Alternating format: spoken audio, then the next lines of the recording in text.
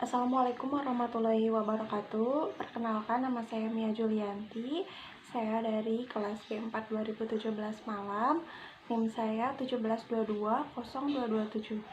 Di video kali ini saya akan menjelaskan mengenai desain dan analisis pekerjaan dan juga perencanaan sumber daya manusia. Yang pertama, desain pekerjaan. Desain pekerjaan merupakan salah satu komponen penting dalam sumber daya manusia.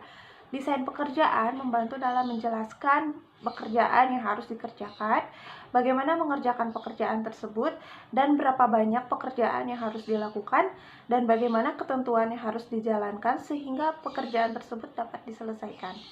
Tujuan dari desain pekerjaan adalah untuk mengatur pekerjaan-pekerjaan yang dibutuhkan organisasi, peralatan-peralatan dan hubungan sosial, serta perilaku. Dengan adanya desain pekerjaan, setiap karyawan akan mengetahui dengan jelas pekerjaan serta tanggung jawab yang ia terima sejak awal memulai pekerjaan. Yang kedua, analisis pekerjaan. Analisis pekerjaan merupakan tahap lanjutan setelah sebuah perusahaan selesai mendesain sebuah pekerjaan.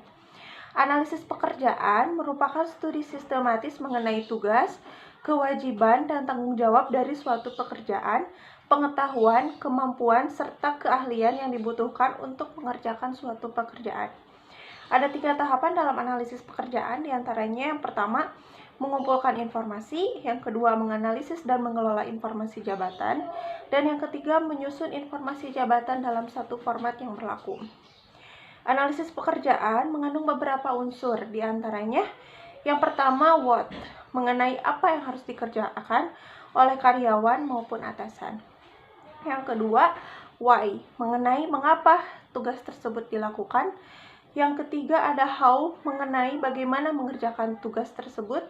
Dan yang terakhir ada skill, mengenai keterampilan apa yang diperlukan untuk menunjang penyelesaian tugas tersebut. Selanjutnya, perencanaan sumber daya manusia atau Human Resource Planning adalah proses aktivitas yang membantu perusahaan untuk mendapatkan karyawan yang tepat pada pekerjaan yang tepat, dalam waktu dan jumlah yang tepat juga, dengan rencana strategisnya untuk memastikan bahwa kepegawaiannya memadai, berkualitas, dan cukup kompeten untuk mencapai tujuan organisasi tersebut. Ada beberapa alasan pentingnya perencanaan sumber daya manusia bagi perusahaan, diantaranya pertama, kebutuhan akan sumber daya manusia yang kompeten terpenuhi.